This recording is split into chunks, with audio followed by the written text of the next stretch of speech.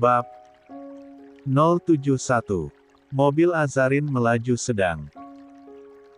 Begitu tiba di pelataran gedung pernikahan, dia menghela napas panjang, tetapi tak juga turun.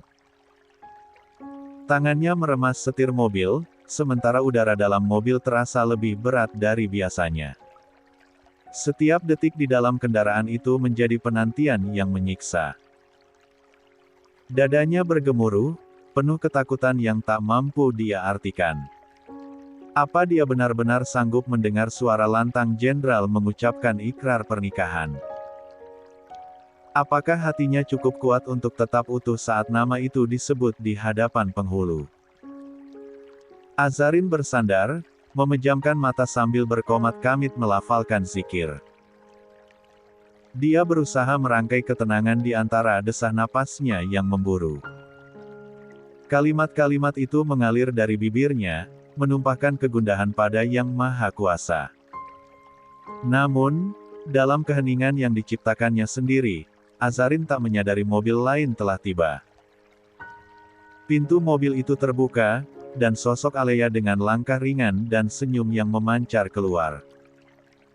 Alea segera meminta sopir sewaan untuk membantu jenderal duduk kembali ke kursi roda. Sementara Herlina mengedarkan pandangannya mencari mobil Azarin. Pernikahan yang seharusnya membuat dia bahagia, justru sebaliknya, ada perasaan putrinya yang lain yang tak bisa diabaikan.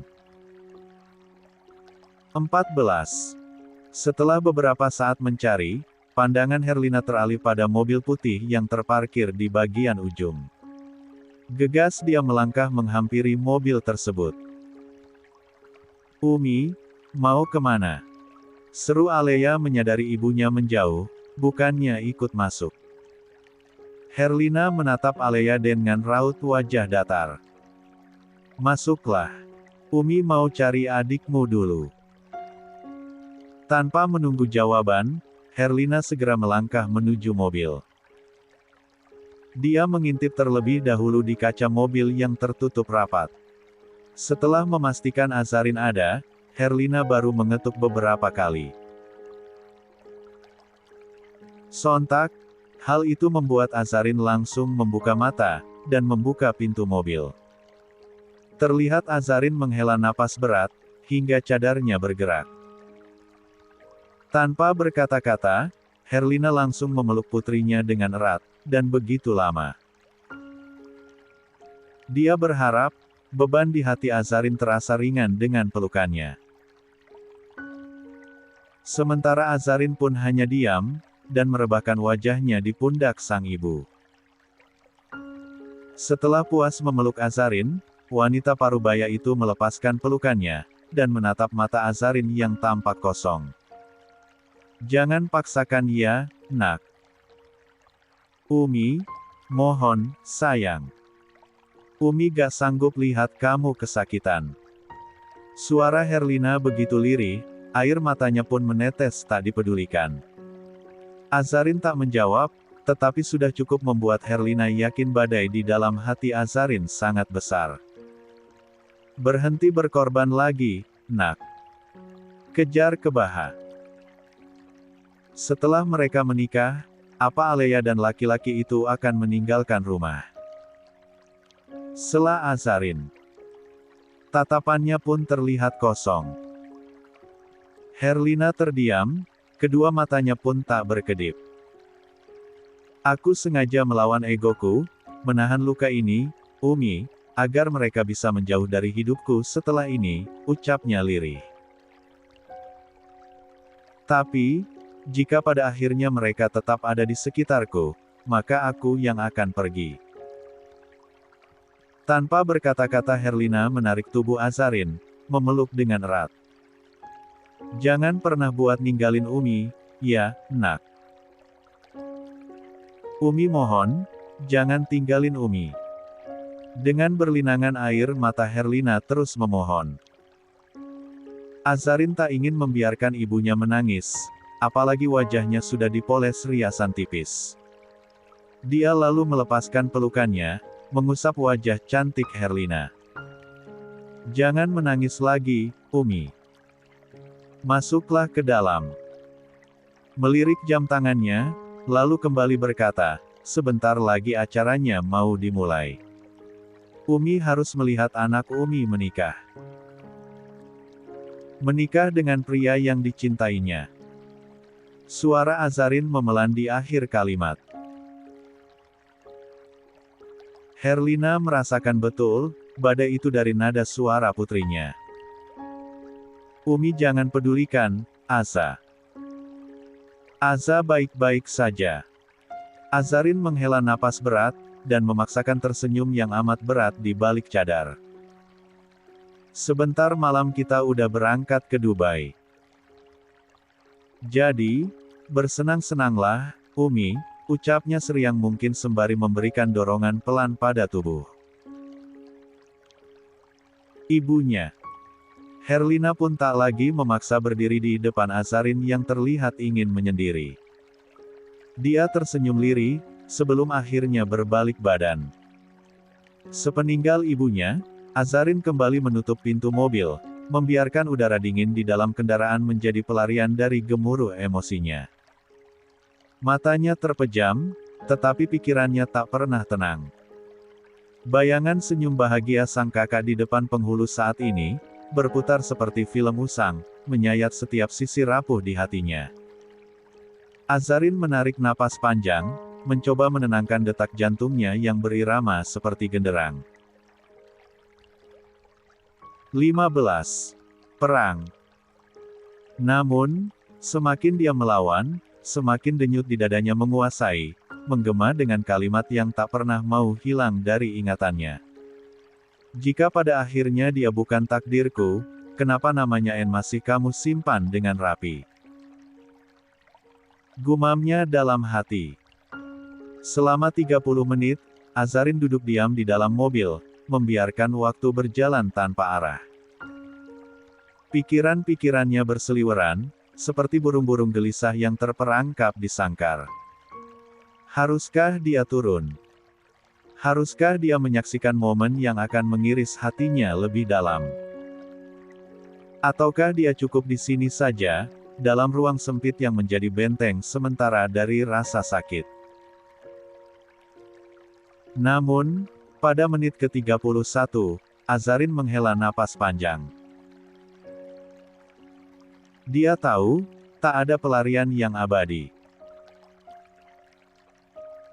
Dengan gerakan perlahan, dia membuka pintu mobil, membiarkan udara luar menerpa tubuhnya, membuat gamis yang dipakai berkibar kecil, kakinya melangkah turun, seolah menanggung beban ribuan kilogram rasa perih.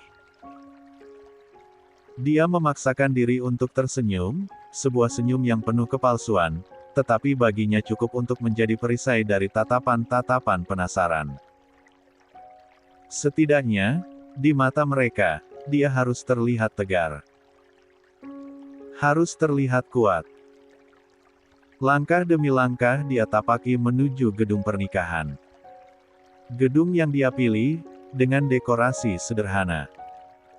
Tak ada kesan mewah, tetapi tidak juga dikatakan sederhana. Langkah demi langkah Azarin menuju gedung pernikahan, gedung yang ia pilih sendiri. Dekorasinya sederhana, tapi cukup indah untuk meninggalkan kesan. Tidak berlebihan, namun tetap memancarkan kehangatan. Ia pikir, setidaknya tempat ini akan mencerminkan hatinya, seadanya, tapi tetap berusaha terlihat baik-baik saja. Namun, begitu melewati ambang pintu, dia tertegun. Matanya langsung menangkap pemandangan yang tak dia duga. Barisan kursi yang seharusnya diisi oleh para tamu undangan, kini dihuni oleh anggota-anggota teni kerabat dekat jenderal. Meski tak mengenakan seragam, tetapi beberapa pria itu, Azarin cukup mengenal. Azarin berdiri mematung. Siapa yang mengundang mereka? Undangan pernikahan ini bahkan baru rampung semalam, nyaris tanpa rencana matang. Apakah jenderal, sosok yang kini menunggu di depan penghulu sengaja mengundang rekan-rekannya? Sebuah senyum miris tersungging di bibirnya. Jika dugaannya benar, maka itu berarti Jenderal benar-benar menantikan momen ini. Dia menunduk sejenak, menarik napas panjang sebelum kembali mendongak, mencoba menguatkan diri. Dengan langkah yang semakin berat, dia melangkah ke dalam gedung, bergabung dalam pesta yang seharusnya menggembirakan, tetapi itu tidak berlaku untuknya. Ba'asa. Suara seorang wanita memecah lamunannya. Azarin menoleh dan langsung terkejut melihat Hasya, istri senior jenderal, berdiri tak jauh darinya. Bayi mungil dalam gendongan Hasya membuat pemandangan itu semakin tidak terduga. Mbak Hasya datang. Azarin menyapanya dengan nada heran, matanya menatap lembut bayi yang tampak baru beberapa bulan usianya. Hasya mengangguk, tetapi raut wajahnya memancarkan kelelahan, mungkin juga kesedihan. Iya, aku diajak Mas Arga. Sekalian mau jenguk adik Pak Jenderal, katanya. Namun, ada jeda dalam suaranya sebelum dia melanjutkan dengan lirih. Mbak, aku ikut berduka, ya. Aku benar-benar syok waktu tahu Mbak Aza memutuskan untuk bercerai. Azarin hanya tersenyum tipis. Namun, Hasya tidak bisa menyembunyikan pandangannya yang penuh iba saat matanya tertuju pada Jenderal dan Aleya yang duduk berdampingan di kursi yang akan dijadikan tempat ijab kabul, tetapi penghulu belum datang. 16. Kenapa hatimu seikhlas ini, Mbak? Tanya Hasya, nyaris berbisik. Kenapa Mbak membiarkan kakak Mbak Aza menikah dengan suami Mbak? Sudah mantan suami, Mbak Hasya, ralat Azarin dengan suara tenang, meskipun ada jejak kelelahan di sana. Dia menarik napas panjang sebelum melanjutkan. Sudah jalannya begini. Tidak ada yang perlu disesali. Hasya mengerutkan kening, semakin sulit memahami sikap Azarin. Tapi kenapa Mbak datang? Tanyanya dengan nada tak percaya. Azarin tersenyum lagi, senyum yang begitu kecil namun penuh makna. Untuk mengucapkan selamat, sekaligus memastikan acara ini berjalan lancar. Hasya menggeleng pelan, tak mampu menahan desahan panjang. Astaghfirullahalazim, Mbak, aku kalau di posisi Mbak, cuma ada dua kemungkinan. Masuk penjara atau masuk rumah sakit jiwa. Katanya dengan nada geram, tapi matanya tetap memandang Azarin dengan rasa kagum yang bercampur iba. Azarin tertawa kecil, suara tawanya lebih mirip ejekan pada dirinya sendiri. Aku gak mungkin membunuh saudaraku, Mbak. Dan pandangannya melayang pada rangkaian bunga di dekorasi, orang-orang mungkin melihatku tegar. Tapi kenyataannya, aku sudah nyaris gila. Dia menghela napas panjang, suaranya nyaris pecah saat melanjutkan, kalau saja ibuku tidak ada, mungkin aku sudah berakhir di rumah sakit jiwa, atau bahkan di kamar mayat. Hasya terdiam, matanya memandangi Azarin dengan tatapan sendu. Ada rasa perih yang mengendap di hatinya. Hari itu, dia menyaksikan sesuatu yang jarang dilihatnya, seorang perempuan yang patah berkeping-keping, tetapi tetap memilih berdiri, meskipun luka-lukanya tak terlihat. Mbak Aza, tahu gak desas-desus di kantor? Hasya kembali membuka obrolan, membuat Azarin kembali menatap pada Hasya. Jenderal dia akan dinonaktifkan. Tebak Azarin, dan Hasya langsung mengangguk cepat. Katanya Bu Ketua, menolak dengan tegas skandal perselingkuhan itu.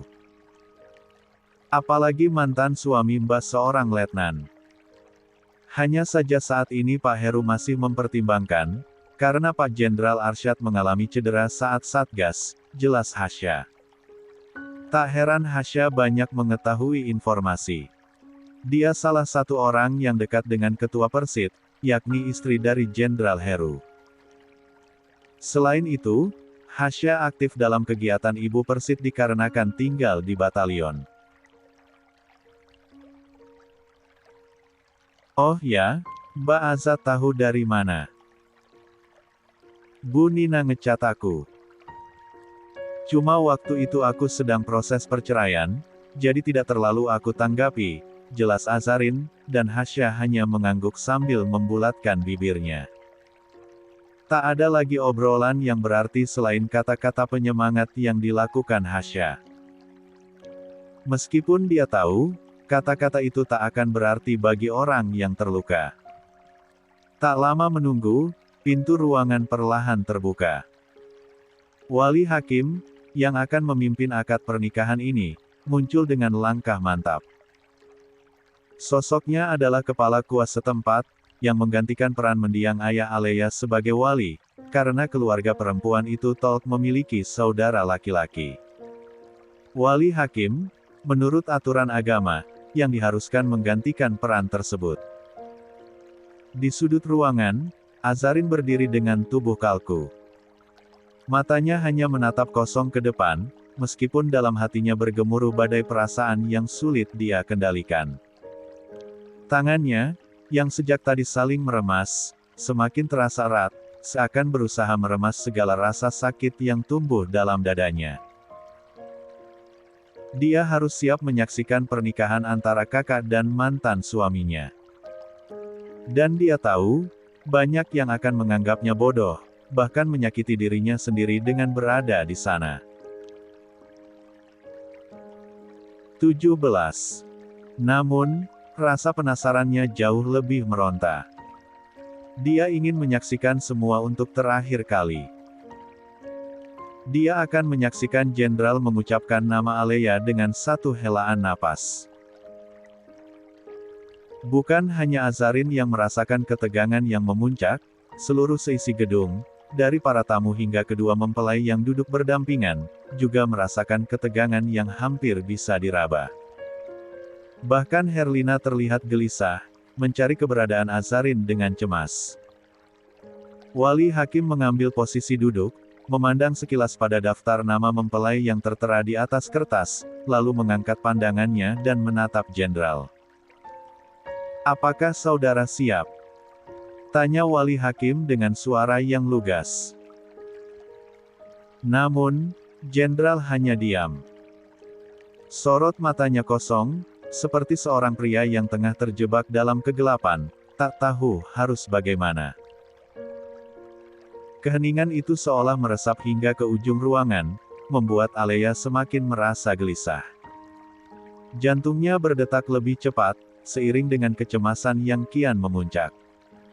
Ramlah yang hadir pun, dan duduk di samping Herlina, wajah keduanya tak kalah tegang. Wali Hakim menatap Jenderal dengan penuh perhatian, lalu mengulang pertanyaan yang sama. Kali ini, suasana semakin menegangkan. Jenderal akhirnya mengangguk pelan, tanpa ekspresi, seolah berat dengan setiap langkah yang harus diambilnya. Dengan gerakan hati-hati, Wali Hakim mengulurkan tangannya, dan Jenderal menerimanya. Keheningan seolah menyelimuti seluruh ruangan sebelum akhirnya Wali Hakim menundukkan kepala sejenak, membaca doa dengan suara pelan namun penuh kehusyukan. Setelah itu, dengan gerakan mantap, dia menyentak pelan tangannya memberi isyarat kepada Jenderal untuk siap. "Saudara Jenderal Arsyad," suara Wali Hakim bergema di ruang pernikahan yang hening, "saya nikahkan Alea Humira binti Adam Suseno kepadamu, dengan mas kawin emas 10 gram, dibayar tunai." Kalimat itu menggantung di udara, menandakan bahwa tak ada jalan kembali lagi. Semua yang hadir menahan napas, sementara Alea merasakan dunia seperti berhenti sejenak. Begitu pula dengan Azarin yang menunggu dengan cemas. Jenderal membalas perkataan penghulu. Beberapa kali, dia sempat menahan napas, debaran jantungnya semakin menggila. "Saya terima nikahnya, A." Suara datar jenderal yang mengalun, terhenti seketika tatkala telinganya dipasangkan sebuah earphone yang diiringi musik nyaring, sehingga suara sekitar tak ada yang ditangkap. Detik berikutnya, Din yang mengenakan kemeja putih pun tiba-tiba berdiri tegap di depan Azarin, menghalangi pandangannya yang tengah terpaku pada prosesi akad nikah. Sebelum Azarin sempat menyadari apa yang terjadi, Din tanpa ragu menarik tangannya keluar dari gedung dengan cepat. Meski hanya menarik tangan, Din tetap memastikan tidak ada sentuhan kulit di antara mereka. Tangan Din pun melingkar di atas pergelangan tangan yang tertutupi gamis.